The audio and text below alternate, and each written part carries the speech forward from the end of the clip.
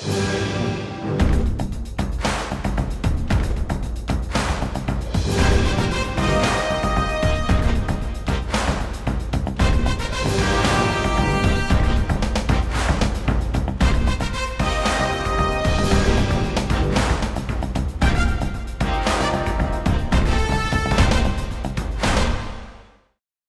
va entamer désormais la seconde partie de ce débat. Donc la seconde partie verra les différents intervenants qui sont intervenus tout à l'heure se critiquer entre guillemets les uns les autres, critiquer les arguments des uns des autres. Donc là aussi il y a un tirage au sort qui a désigné les intervenants en question. Donc Dominique Tassot va commencer le premier pour 5 minutes d'intervention.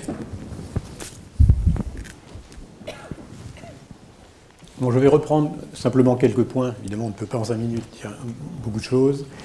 Je voudrais quand même faire remarquer que l'argument d'autorité n'est pas un vrai argument. Je voudrais revenir sur cette notion d'organisme. On vous a présenté des organismes de transition. Dieu fait un univers harmonieux. L'harmonie, c'est comme en musique, ça demande une diversité de notes. Donc notre univers est extrêmement riche et diversifié. Mais ça n'est pas parce qu'entre le Do et le Mi, vous avez le Ré, qu'on passe du Do au Mi. Enfin, c'est l'existence d'une, ce qu'on appelait une chaîne organique des êtres. L'expression chaîne organique, elle est du XVIIIe siècle. Le fait qu'il y ait des êtres qui se ressemblent, mais qui sont néanmoins différents, c'est ce qui fait justement l'harmonie de l'univers. Il y a des différences, et il y a cependant des espèces véritablement distinctes qu'on est capable d'identifier, donc de reconnaître comme distinctes les unes des autres. Donc c'est pas parce qu'on invente le mot organisme de transition que les fossiles intermédiaires sont des preuves de l'évolution. Parce qu'encore faudrait-il qu'il y ait eu justement ce passage biologique. Un autre point, c'est la difficulté de définir l'évolution. Alors évidemment, Jean Stone a donné tout à l'heure une définition. Ce que je remarque, c'est qu'il y a ici un manuel de 200 pages, évolution, manuel pour CAPES, agrégation, donc quelque chose de solide. Il n'y a pas dans ce manuel de définition de l'évolution. Et il ne peut pas y en avoir. Parce qu'en réalité, il y a deux phénomènes distincts que l'on baptise du mot évolution, et on vous sort des arguments tirés d'une case pour le service d'une autre case. Il y a la microévolution et la macroévolution. La microévolution, c'est les petits changements à l'intérieur de l'espèce. Alors effectivement, les expériences de Lansky ont montré que les bactéries arrivaient, par exemple, on arrivait à force de mutation à trouver une bactérie qui arrivait à se nourrir d'un substrat nutritif différent du substrat nutritif qu'utilisaient ses ancêtres. Donc ça, c'est un phénomène d'adaptation lié à la mutation. Ça n'a rien à voir avec l'évolution proprement dite, c'est de la microévolution. Et la macroévolution, c'est le saut transspécifique, et c'est ça dont on aimerait bien avoir les preuves. Donc on ne peut pas utiliser les preuves sur la microévolution, qui sont multiples, qui ne font difficulté pour personne, en faveur de la macroévolution. Ça, c'est un point important. En science, on doit définir avec précision ce dont on parle, sinon on n'est pas dans le langage scientifique. Et le dernier point, simplement, c'est que justement, si Dieu a créé les êtres tels qu'ils sont, c'est lui qui les a créés, c'est lui qui les a faits, il les a faits et il a lancé l'univers avec toutes ses lois, mais la façon dont il a opéré est hors de portée de la science. Autrement dit, ça n'est que depuis que la création est achevée que la science est possible. Donc la science, c'est la connaissance de ce qui se passe. Elle est liée à l'observation des êtres vivants, l'observation des êtres inertes, l'observation des animaux. Ça, c'est l'observation d'un cosmos complet, d'un cosmos parfait, où tout est présent. Et ça fonctionne parce que tout est présent. Et comment ça a pu se produire à l'origine, c'est absolument hors de portée. Ça n'est pas parce que vous connaissez très bien les lois de la chimie, par exemple, ou de la physique, etc., que vous allez expliquer l'origine de la Joconde. L'origine de la Joconde, c'est parce que le peintre, un jour, a eu l'intention et l'idée de réaliser le tableau. Donc vous pouvez étudier la mécanique des corps déformables avec les coups de pinceau, vous pouvez faire la chimie des pigments sur la Joconde, ça vous laisse complètement sans connaissance de ce qu'a été l'origine de la Joconde. Et il faut quand même avoir conscience du fait que la science a des limites, la science est une activité humaine, et parmi ces limites, il y a, je pense, l'impossibilité qui lui est faite d'accéder à la question des origines. Et c'est ce qui fait d'ailleurs tout l'intérêt des livres saints qui, eux, justement, prennent soin de nous expliquer les origines. Et je pense que Dieu est mieux placé que nous, y compris que les scientifiques que nous sommes, pour savoir comment il s'y est pris. Merci Dominique Tasso. Donc c'est au tour de Jean Stone pour cette seconde partie du débat. Je vous demanderai à tous d'éteindre vos portables pour éviter de perturber les échanges. Merci à vous. Donc on va commencer par un clin d'œil. Dominique Tasso a cité quand les poules auront des dents. Ce qu'il ne sait peut-être pas, c'est qu'on peut parfaitement, tenez-vous bien, faire des poules avec les dents, justement. C'est une des nombreuses preuves de l'évolution. Une mutation génétique suffit pour que les poules retrouvent les dents qu'elles avaient, ou plutôt qu'avaient leurs lointains ancêtres qui n'étaient pas des poules. Et donc cela existe évidemment. Donc on peut faire des poules avec des dents depuis déjà un certain nombre d'années. Mais surtout, il a parlé du fait que Dieu crée les choses parfaites. Je pense qu'effectivement, et je crois en Dieu, qu'il y a des archétypes, qui a la forme fondamentale qui est parfaite, mais sur Terre, nous ne sommes pas parfaits, je suis désolé, nous sommes même défectueux. Et nous sommes défectueux tous, parce que si nous sommes sur un bateau, on s'en est rendu compte quand on a commencé à faire le tour du monde, si on est sur un bateau, on va tous mourir du scorbut si on ne peut pas manger des fruits frais. Simplement parce qu'on ne peut pas, nous, synthétiser la vitamine C. Or, tous les mammifères peuvent le faire, sauf nous. Pourquoi? Enfin, sauf nous, vous allez voir, et une autre espèce. Parce que le gène qui permet de faire cela, il est en nous, mais il est cassé. Alors on va dire, attendez, Dieu a créé l'homme parfait au paradis terrestre, où il y avait Adam et Ève, et puis après l'homme a fauté, et peut-être que sa capacité, c'est un homme dégradé qui est maintenant ici, dans ces salles, puisque nous sommes tous incapables, nous avons ce gène en nous, mais nous sommes obligés de manger des citrons ou des oranges, sinon on va mourir si on ne mange pas pendant longtemps. Eh bien, tenez-vous bien, les grands singes aussi. Ça ne les gêne pas, puisqu'ils vivent dans une atmosphère, dans un environnement où il y a partout des fruits. Mais donc, les grands singes et nous, on a le gène qui peut faire la vitamine C, mais il est cassé. Donc, ça veut dire que quelque part, l'ancêtre commun des grands singes et nous a une mutation négative, et que malgré ça, il a réussi à survivre. Donc, vous voyez, ça, effectivement, malheureusement, les défauts existent dans l'évolution, ça n'empêche pas de fonctionner. Maintenant, ce qu'a dit Oktar Babuna, c'est très important. Il a fait à la fois une critique de l'évolution et une critique du darwinisme. Mais je vous l'ai dit dès le début, c'est deux choses radicalement différentes.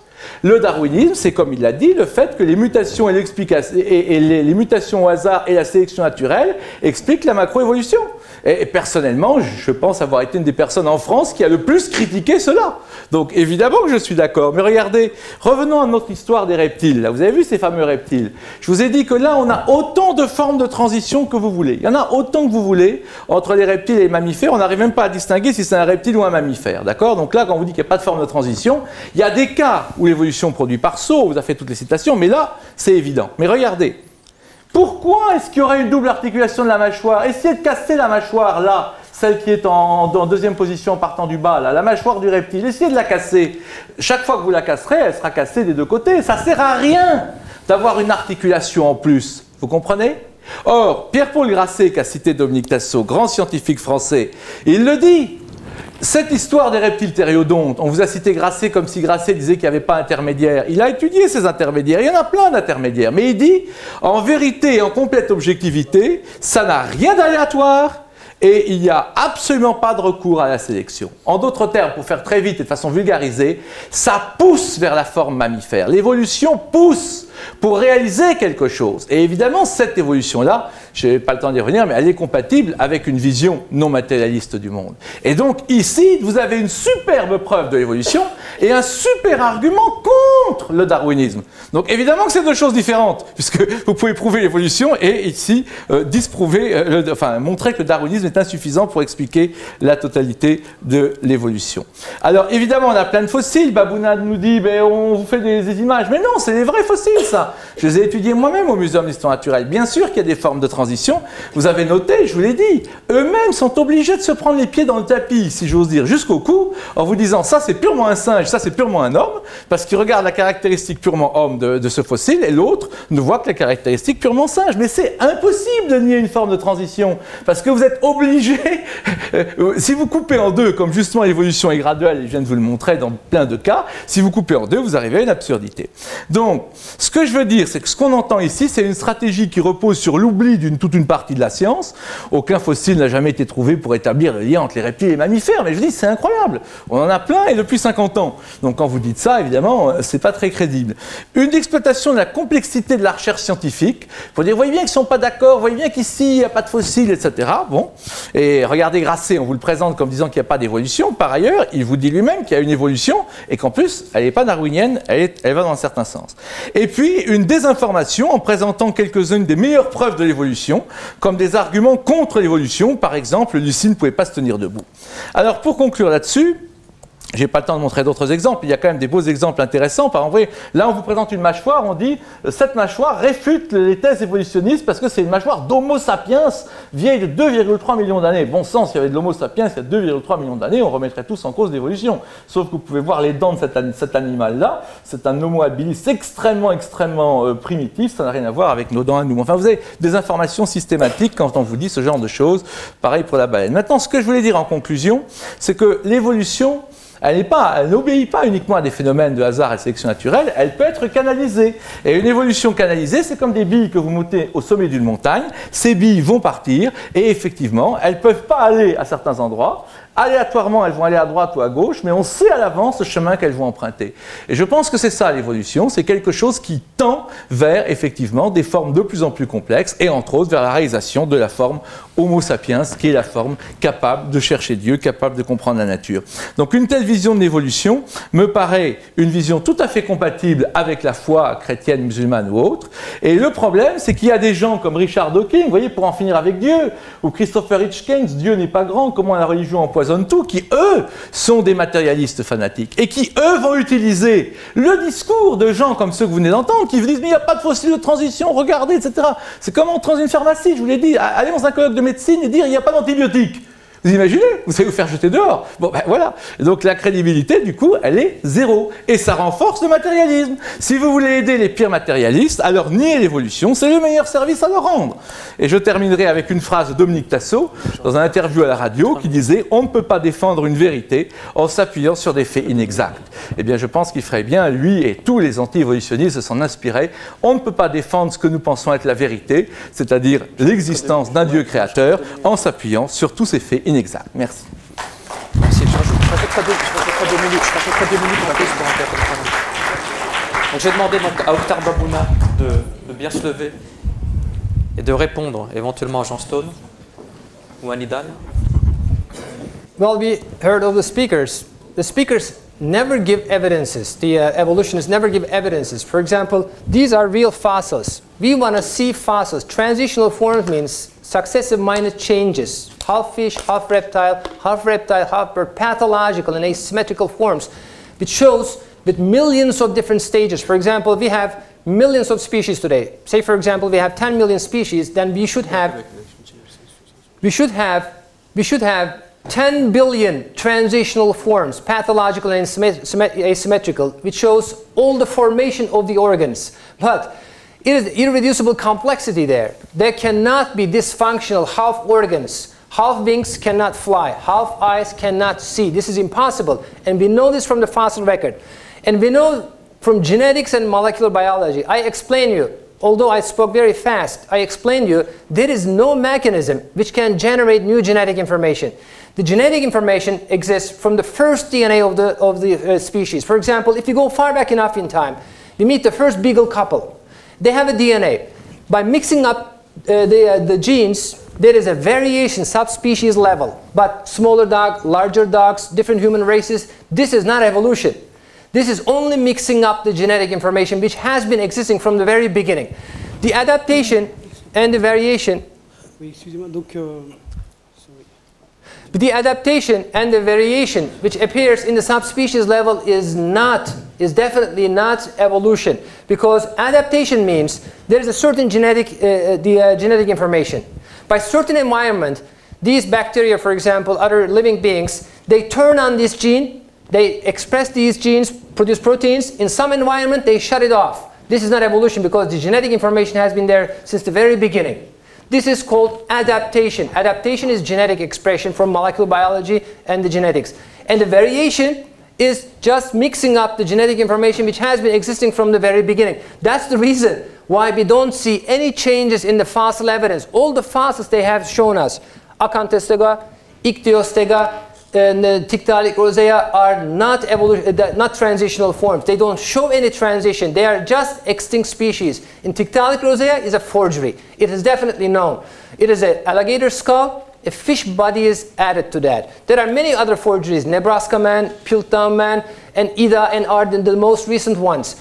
There is Australopithecus, for example, you see over here, Homo erectus, Australopithecus, and Homo habilis. Look at the times they lived. 1.6, 1 to 4 million years Australopithecus, the southern ape, and Homo habilis 1.7 to 1.9. You know what? They lived at the same time. There is a stone hut found in Olduvai Gorge region in the Africa. All these skulls and bone fractures lived at the same layer with a stone hut. That means Homo sapiens lived at the same time. So where is the ladder of the evolution? There is no ladder of evolution. Australopithecus is an southern ape. You see the skull, small size skull, small volume, closed eyes, prominent jaw, stoop forward walking, long arms, short legs. That is an ape, an extinct ape species. Homo habilis is ape. Homo habilis, see the jaw piece over here. Homo erectus and Homo sapiens are man. There is nothing in between. There is the similarity, according to Nature magazine, if insertions and deletions are added, less than 95%. The gap is impossible to cross, the genetic gap. But there is a more important that I explained to you. There is a soul. We have soul. So, impossibility of the proteins emerged by chance, and 400 million fossils definitely refute evolution. You should ask evolutionists, why didn't they bring any fossil evidence? These are real fossils we brought. I could bring more. I have more in the car. 400 million of them exist. They all show us, for example, this is a plant fossil. This is, how old is this? It's 58 million years old. No change. No change means no evolution for 58 million years. This is a skull of an alligator. You see alligator. How old is that? 100 million years old. No change. No change means no evolution. If anybody brings, Mr. Harun Yahya, Mr. Adnan Oktar pays 5 million euros. Anybody who brings one transitional form, according to evolution, there should be billions and trillions of them. Anybody, all of you, anybody, they are here, we are here, brings 5 million euro, will do the bank transfer or pay in cash, however they want. 5 million euros. You know that was in the world media since 4 years. Nobody has appeared to get the 5 million euros.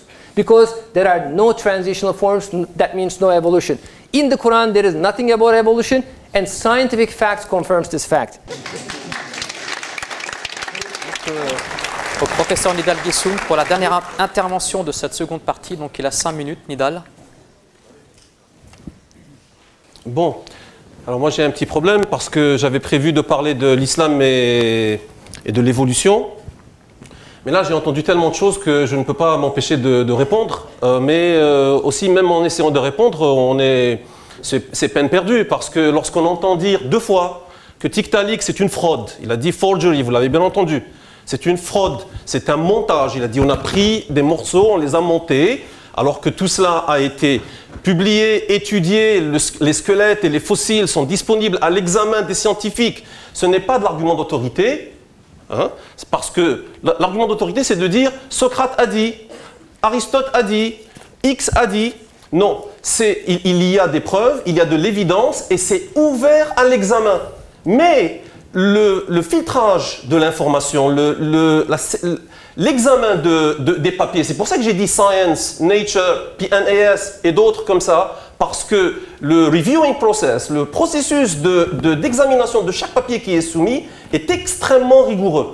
Moi, de toute ma vie, je n'ai pas encore publié dans Science and Nature, pour dire à quel point c'est extrêmement difficile. Ce n'est pas de la blague. Donc, quand on prend un papier, on est assez sûr que ça a été vraiment déjà très, très bien examiné. Mais, et encore, ça ne veut pas dire qu'il faut accepter les yeux fermés, ça veut dire qu'il y a un très haut standard qui a été appliqué, mais que c'est ouvert à l'examen et tous les scientifiques ont le droit de regarder, de demander toutes les données. Ça, c'est le Freedom of Information Act. On a le droit de contacter quiconque et dire « Vous avez un devoir de m'envoyer ces données-là. J'ai le droit de venir examiner les fossiles ou toute information que vous avez pour que je puisse refaire l'analyse moi-même. » Maintenant, évidemment, si à chaque fois qu'on produit des preuves de l'examen génétique, magnétique, rayonnement radiatif, etc., on nous dit c'est une fraude, rejetée, évidemment, personne n'obtiendra ce prix de Harun Yahya, c'est impossible. À chaque fois que vous me ramenez quelque chose, je dis non, c'est faux. Je ne peux pas vous donner d'argent, c'est faux. À chaque fois, non, non. Vous me ramenez un autre, mais regardez, j'ai des preuves de ceci, de cela. J'ai 3 preuves différentes de domaines de physique, de chimie, de génétique, de biologie. Non, non, c'est faux. Vous n'aurez pas d'argent, c'est rejeté, c'est du faux, c'est de la fraude. Et évidemment, on n'arrivera jamais comme ça. Maintenant, pour l'expérience de Lenski, je n'ai pas dit que l'expérience de Lenski montre qu'il y a eu macroévolution. J'ai dit que l'expérience de Lenski et d'autres preuves encore montrent que les mutations peuvent être positives. C'est tout ce que j'ai dit. Et dans l'expérience de Lenski, j'ai les références, vous pouvez les examiner vous-même. Il y a eu sur 26 transitions, sur 26 mutations, 3 qui étaient positives. C'est-à-dire 12%. C'est publié, c'est traité, c'est examiné, c'est discuté dans la communauté scientifique. Et lorsqu'on prend une bactérie on la met dans un milieu acide, et parce qu'il y a des mutations, à un certain moment, elle commence à devenir capable de survivre dans un tel environnement. Ce n'est pas l'environnement, c'est la mutation qui lui a permis de faire ça. Bon, maintenant, ah oui, dernière chose, mais écoutez, si vous voulez après, parce que je n'ai vraiment pas le temps, demandez-moi de vous montrer la citation de Gould qui vous explique cette histoire des trois hominidés qui existent plus ou moins dans la même période. Mais c'est déjà expliqué dans la littérature scientifique, tout ça. Il n'y a pas de ladder, comme il a dit, il n'y a pas d'échelle. Ce n'est pas comme ça que l'évolution fonctionne. Il y a un bush, il y a comment on dit, bush, un buisson. C'est un buissonnement, cette évolution. Ça va comme ça, et puis d'autres, et d'autres encore. C'est comme ça que ça avance. Il ne faut pas penser que, ah oui, il y a dû avoir l'Australopithèque, ensuite l'Homo sapiens, ensuite l'homme moderne, ensuite... Mais c'est pas comme ça que ça s'est passé. Nous avons l'homme de Java, nous avons l'homme de Pékin, il y a des tonnes l'homme de Géorgie, et je pourrais vous les montrer si vous voulez seulement. Désolé, je n'ai pas le temps. Combien de temps il me reste maintenant pour parler de l'islam? 1 minute. 1 minute. Bon, alors, pour parler d'1 minute, je vais vous montrer quelque chose. Un article aussi long que ça, qui est paru il y a un mois. Il y a un mois. The Father of the Theory of Evolution. Quand je l'ai lu, parce que c'est un journal que je reçois chez moi, j'ai dit, ah tiens, il parle de Darwin. Eh bien, pas du tout. Il parle d'Al-Jahed. Al-Jahed. Pourquoi il parle d'Al-Jahed comme père de la théorie de l'évolution? Ce n'est pas mon objet, hein, ce n'est pas qui était le premier ou le deuxième. C'est pour vous dire qu'il y a 1000 ans, ces idées-là, est-ce que je peux avoir les planches s'il vous plaît? C'est que, en ces temps-là, il y a 1000 ans, Al-Jahed 781-868, vous vous rendez compte? Il y a plus de 2200 ans, a écrit, je cite, bon, on ne peut pas me montrer les planches, je suis désolé. Les animaux se livrent, mais vous voyez, les animaux se livrent à un combat pour leur survie. Ça, ce sont les mots de Al-Jahed. Et pour les ressources, pour éviter d'être mangés pour se reproduire. Les facteurs environnementaux influencent les organismes à développer de nouvelles caractéristiques pour assurer leur survie, se transformant ainsi en nouvelles espèces. Ça, c'est pas moi, ça, c'est Al-Jahed. Ok? Bon, je vais sauter parce que... Et ça, c'est dans le livre des animaux, Kitab al-Hayawan. Ibn Khaldoun qui parle de l'évolution humaine. L'évolution humaine au XIVe siècle. Et qu'est-ce qu'il dit? Je vais lire seulement la dernière phrase pour y parvenir. Le règne animal est parti des singes, qui possèdent conscience et sentiments, mais ni vision ni pensée. Mais ce fut le début du monde humain. C'est ce que nous observons. Ce n'est pas des idées, des théories comme ça en l'air. C'est l'observation. Et il y a beaucoup de textes comme ça. Alors, ce qui s'est passé, on nous dit, mais le Coran est incompatible. Les musulmans n'ont jamais accepté l'évolution, case close, comme on dit. C'est terminé. On ferme le dossier. Mais pas du tout, jamais de la vie. Il y a des études sérieuses, comme ce bouquin que je cite, qui ont traité, qui ont repris toutes les réactions des musulmans entre 1860, c'est-à-dire 1 an après la sortie du livre de Darwin, et 1930. Sur 70 ans. Mais qu'est-ce qu'il conclut? Il conclut que les écrivains musulmans ont apporté une approbation religieuse à la science de Darwin. Il dit encore plus. Il dit, si on dit tout ce que les musulmans demandaient à l'époque, durant toutes ces 70 ans, et je peux vous citer des théologiens, on va me dire, ouais, mais ce sont des naturalistes, ces gens-là. Non, non, non, non, il y avait des théologiens et je peux vous citer les noms. Ils vous disent, si on leur dit, l'évolution eut lieu sous l'autorité de Dieu, on ne dit pas par intervention divine, juste que c'est Dieu qui a régi tout ça. Si on leur dit, voilà, l'évolution ne nie pas Dieu, elle dit que tout s'est passé de cette manière, mais c'est Dieu qui a tout planifié, qui a tout régi, qui a tout supervisé, on bénéficie d'un soutien total des penseurs religieux arabes, musulmans aussi bien que les chrétiens. Si vous me permettez, je vais prendre 1 minute sur mon temps de tout à l'heure. Donc je fais un petit... un petit crédit. Un crédit, voilà, loan. Un crédit. Je vais sauter tout simplement jusqu'à la fin, pardonnez-moi. Moi, on fera une minute. On fera une Oui, minute de plus. une minute. Voilà ce que le cheikh Youssef al-Qaradawi, vous connaissez tous, enfin du moins les musulmans ici, connaissent le cheikh Youssef al-Qaradawi, c'est peut-être le penseur musulman le plus important de nos temps, ou le plus célèbre, le plus influent, disons. Le plus influent, qui a la plus grande influence. Voilà ce qu'il a dit en 2009 à l'occasion du bicentenaire de la naissance de Darwin et du 150e anniversaire de la sortie de son livre. Il y a eu une émission de 2 heures ou d'1h30, si je me souviens, sur Al Jazeera, que j'ai regardé, dont le texte, entre parenthèses, le texte en arabe, le transcript, est disponible sur le web. Allez chercher Al-Qaradawi en arabe pour ceux qui peuvent le faire, Al-Qaradawi Nadariyat Darwin, c'est tout. Vous allez trouver ce texte. Qu'est-ce qu'il dit? Il dit même la recherche sur le début de la création ou au sujet du début de la création est permis en islam. Tant qu'on garde en tête qu'on explore la création, c'est-à-dire qu'il y a un créateur. Tout ce qu'on vous demande, c'est de dire qu'il y a un créateur. Maintenant, même si on suppose que les espèces ont évolué d'autres espèces, ça c'est Al-Qaradawi qui parle, cela est seulement par la volonté du créateur. Si la théorie de Darwin est prouvée, nous pouvons trouver des versets coraniques qui peuvent s'y concilier. Al-Qaradawi nous dit qu'on peut trouver dans le Coran des versets qui peuvent se concilier à la théorie évolutionniste. Et M. Babouna nous dit que c'est strictement impossible. Je vous remercie. Merci Nida.